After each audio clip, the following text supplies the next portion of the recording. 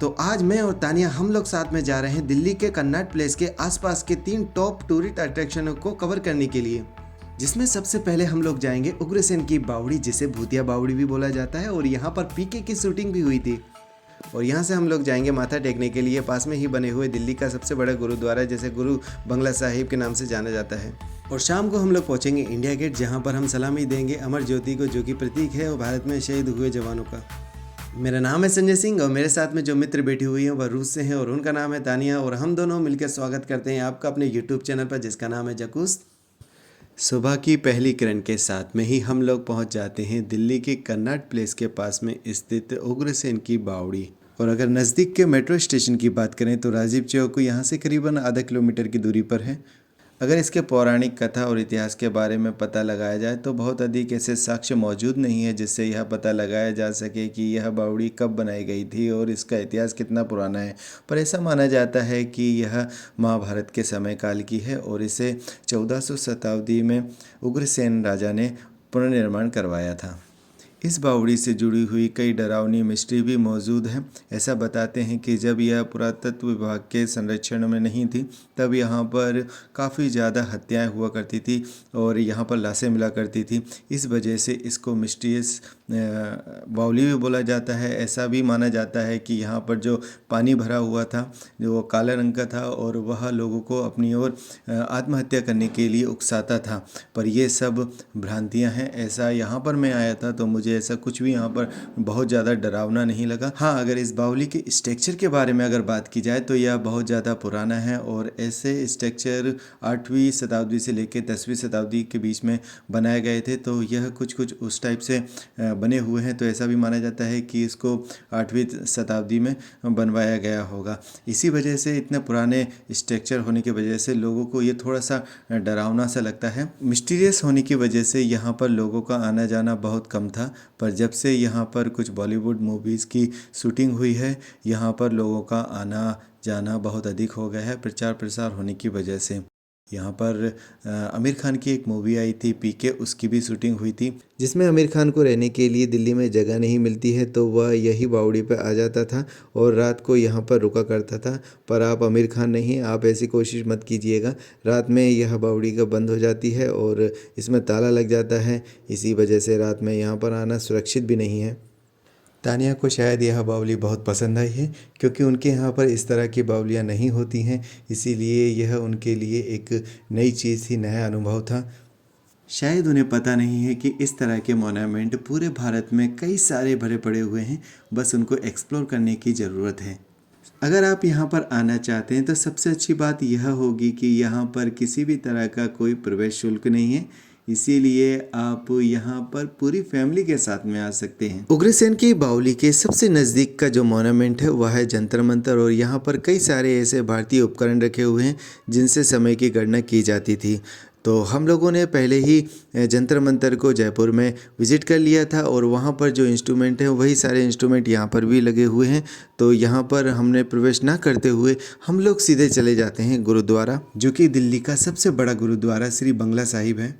1664 से पूर्व जब दिल्ली के सरोताज पर औरंगजेब का शासन था तब दिल्ली में राजा जय सिंह का आना जाना लगा ही रहता था। इसी वजह से राजा जय सिंह के लिए यहाँ पर एक बंगला तैयार करवाया गया था। उसी समय सिखों के 8वें गुरुओं की गद्दी संभालने के लिए सबसे कम उम्र मात्र 8 वर्ष की उम्र में हरकिशन साहिब जी यहाँ गद्दी को संभालते हैं। इतनी कम उम्र में इतने बड़े दायित्व को संभालते देख औरंगजेब को बड़ा आश्चर्य हुआ। उनकी प्रतिभा को परखने के लिए औरंगजेब ने हरकिशन साहिब जी को दिल्ली बुलाया। उस समय पूरी दिल्ली में हैजा और चेचक की महामारी फैली हुई थी। उसी के निदान और समाधान के लिए हरकिशन गोविंद साहिब जी को यह दायित्व दिया गया कि यह बीमारी का इलाज करें। और जय सिंह उन गुरु को लेकर इस बंगले पर आते हैं और यहाँ पर एक कुंड बना हुआ था जिसका उन्होंने स्पर्श किया और उसका जो शुद्ध जल है वो सभी को वितरित किया। जो जो बीमार लोग थे उनको वह जल वितरित किया। उससे चमत्कार यह हुआ कि उन लोगों की बीमारियाँ ठीक होने लगी। लोगों की बीमारियाँ और लोगों को स्वस्थ देख जय सिंह बहुत ज़्यादा खुश हुए थे और इसी वजह से उन्होंने यह जगह, यह बंगला सिखों को भेंट स्वरूप दिया था और तब से यहाँ पर गुरुद्वारा अस्तित्व में आया और लोगों की सेवाओं के लिए हमेशा खुला रहता है। किसी भी धार्मिक स्थान पर जाने से पहले वहाँ की जो रूल होते हैं, वहाँ की जो आस्था होती है, वहाँ के जो नियम होते हैं, उनको सर पर ये रखना चाहिए। इसीलिए आप किसी भी गुरुद्वारे में जाते हैं तो ये श्योर कर लेना चाहिए कि आपका सर ढका है, आपने कैफ्री नहीं पहनी हुई है, किसी भी तरह का रंगीन चश्मा नहीं लगाया हुआ है, टोपी नहीं पहनी हुई है, जो स्टाइलिश टोपियाँ होती हैं वो ना पहनी हुई, ऐसा कोई भी वस्त्र या कोई भी चीज़ धारण ना करी हो जिससे लोगों का ध्यान आपकी ओर आकर्षित हो या फिर जो देखने में सही ना लगता हो। गुरुद्वारे के अंदर पहुंचने पर बहुत ही ज़्यादा शांति आपको मिलेगी। बहुत ही अच्छे से पूरा गुरुद्वारे को डेकोरेट किया गया है।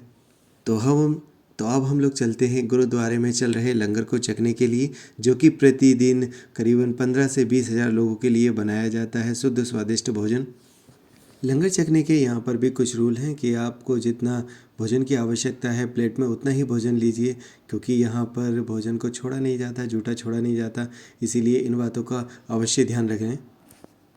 लंगर के भोजन की अगर बात की जाए तो उसमें आपको दाल जो हमेशा मिलती है, इसके बाद में राजमा और सूखी सब्जी भी मिलती है और कड़ी मिलती है। तो आज के जो भोजन में था वो राजमा था, कड़ी थी, चावल और रोटी। भोजन को समाप्त करने के बाद में अब बारी आती है अपनी प्लेट को जमा करवाने की। तो वहाँ पर एक काउंटर बने हुए हैं जहाँ पर आपको पहले भोजन की प्लेट को दिखाना होगा कि आपने कहीं भोजन छोड़ा तो नहीं, इसके बाद में वो प्लेट को जमा करवा लेते हैं। अगर आप बाहर से आए हुए हैं तो आप यहाँ पर स्टे भी कर सकते हैं और अगर आप बीमार हैं तो गोली दवाइयाँ भी यहाँ से मिल जाती हैं। अगर आपको MRI करवाना है तो वो 50 रुपये की फ़ीस देकर आप यहाँ से करवा सकते हैं और भी कई सारी सुविधाएँ यहाँ पर मिल जाती हैं। गुरुद्वारा दर्शन करने के बाद में अब हम लोग पहुँचेंगे पास ही में बने हुए इंडिया गेट, जो कि भारत में शहीद हुए जवानों के स्मारक का प्रतीक है।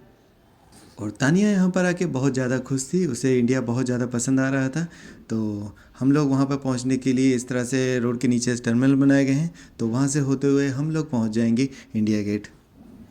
तो इंडिया गेट के बनने की शुरुआत 1921 में हुई थी, जब ब्रिटिश सरकार ने फर्स्ट वर्ल्ड वार और सेकंड एंग्लो अफगान युद्ध में शहीद हुए जवानों की याद में एक स्मारक बनाने की सोची।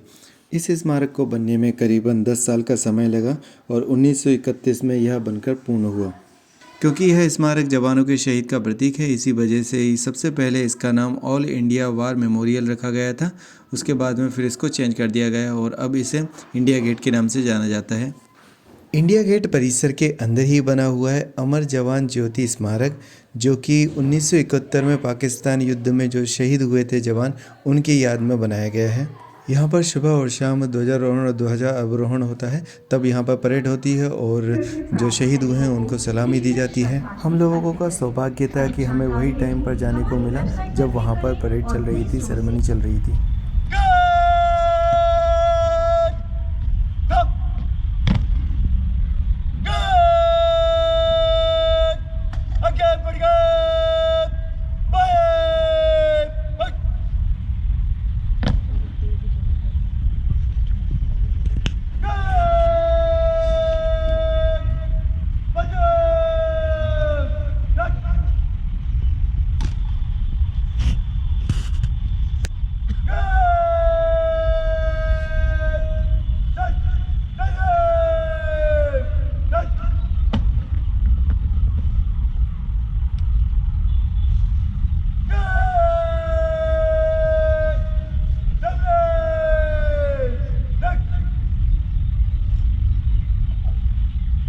शहीदों की चिताओं पर लगेंगे हर बरस मेले, वतन पर मरने वालों का यही बाकी निशान होगा। देवियों और सज्जनों, राष्ट्रीय समर स्मारक के इस श्रद्धेय परिसर में देश का हर बलिदान, raw courage and fighting spirit while eliminating the enemy with effective fire. However, in this fierce gun battle, Nayak Virendra Singh sustained fatal injuries. The valiant soldier made supreme sacrifice while representing the nation as a peacekeeper. Ladies and gentlemen, to honor our soldiers is to honor our nation. In today's next of kin ceremony, Mrs. Kusum, wife of late Nayak Virendra Singh, will pay homage at Amar Jawan Jyoti in the honor of brave fallen soldiers who have made supreme sacrifice in the service of the nation. Jai Hind. हर शाम को जो देश के लिए शहीद हुआ है, जिसने अपना बलिदान दिया है, उनमें से किसी एक सैनिक की फैमिली को बुलाया जाता है और यहाँ पर गॉर्ड ऑफ ऑनर दिया जाता है उनकी फैमिली को, जिसमें से कोई भी हो सकता है, उनकी माँ हो सकती है, पत्नी हो सकती है या बहन हो सकती है, जो भी उनका क्लोज़ होता है उनको बुलाया जाता है और ये सेरेमनी उन्हीं के हाथों से संपन्न करवाई जाती है। तो यहाँ पर एक बार ज़रूर आना चाहिए, इस परेड को देखना चाहिए, इस सेरेमनी को देखना चाहिए। मन में एक देशभक्ति का भाव अपने आप जग जाता है। यहाँ पर आकर मुझे बहुत अच्छा लगा।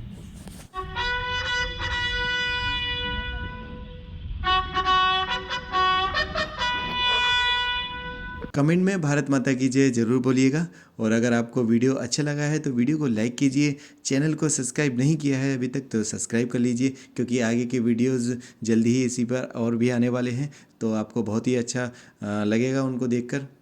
वीडियो देखने के लिए आपका बहुत बहुत धन्यवाद।